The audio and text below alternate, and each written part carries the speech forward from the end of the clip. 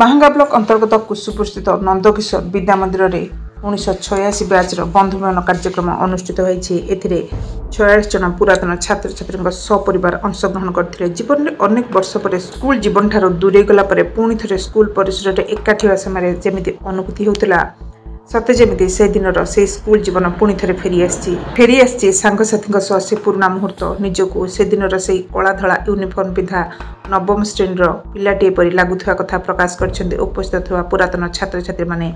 School ପରିସରରେ ଥିବା ପଲ୍ଲୀକବି ନନ୍ଦକିଶୋର ଏବଂ ଶିଳ୍ପୀ ଗୁରୁ ବିମ୍ବାଧର ବର୍ମାଙ୍କ ପ୍ରତିମୂର୍ତ୍ତିରେ ପୁଷ୍ପମାଲ୍ୟ ପ୍ରଦାନ କରାଯିବା ସହ ତତ୍କାଳୀନ ଦୁଇ ଅବସରପ୍ରାପ୍ତ ଶିକ୍ଷକଙ୍କୁ ଗୋବିନ୍ଦ ଚନ୍ଦ୍ର ମହାପାତ୍ର ଏବଂ ପ୍ରହ୍ଲାଦ ସାହୁଙ୍କୁ ସମ୍ବର୍ଦ୍ଧିତ କରାଯାଇଥିଲା। ସଭା କାର୍ଯ୍ୟକ୍ରମ ଆରମ୍ଭ ପୂର୍ବରୁ ଉପସ୍ଥିତ ଦୁଇ ଗୁରୁଙ୍କ ପଦପୂଜା କରାଯିବା ପରେ 86 ବ୍ୟାଚ୍ର ସହପାଠୀମାନଙ୍କ ମଧ୍ୟରୁ ସ୍ୱର୍ଗାରୋହଣ କରିଥିବା ଛାତ୍ରଛାତ୍ରୀମାନଙ୍କ ପାଇଁ 2 ମିନିଟ୍ ନୀରବ ପ୍ରାର୍ଥନା କରାଯାଇଥିଲା। ଏହି ସଭାକୁ ପରିଚାଳନା କରିଥିଲେ ନିଶିକାନ୍ତ ଜେନା, ସଂଗ୍ରାମ କିଶୋରୀ ମିଶ୍ର, ପ୍ରିୟବ୍ରତ ରଥ, ରାହାସ ବିହାରୀ ମହାରଣା, ଡମ୍ବରୁ ଜେନା, ବିନୋଦ ପାଢ଼ୀ, ସୁରେନ୍ଦ୍ର ଦାସ, ଈଶ୍ୱର ଚନ୍ଦ୍ର ଦାସ, ସଞ୍ଜୟ ସାମଲ, ପ୍ରତାପ ସାହୁ, ଶ୍ରୀପତି ମହାନ୍ତି ଏବଂ ଛାତ୍ରଛାତ୍ରୀମାନଙ୍କ ତରଫରୁ ରଞ୍ଜିତା ଜେନା, ଅଞ୍ଜୁଶ୍ରୀ ସାହୁ, ସ୍ୱର୍ଣ୍ଣଲତା ମହାପାତ୍ର, ମିନତୀ ଜେନା ପ୍ରଭୃତି ଛାତ୍ରଛାତ୍ରୀଙ୍କ ସହଯୋଗରେ ବନ୍ଧୁ ମିଳନ କାର୍ଯ୍ୟକ୍ରମ ସୁରୁଖୁରୁରେ ସମ୍ପାଦିତ କରାଯାଇଥିଲା।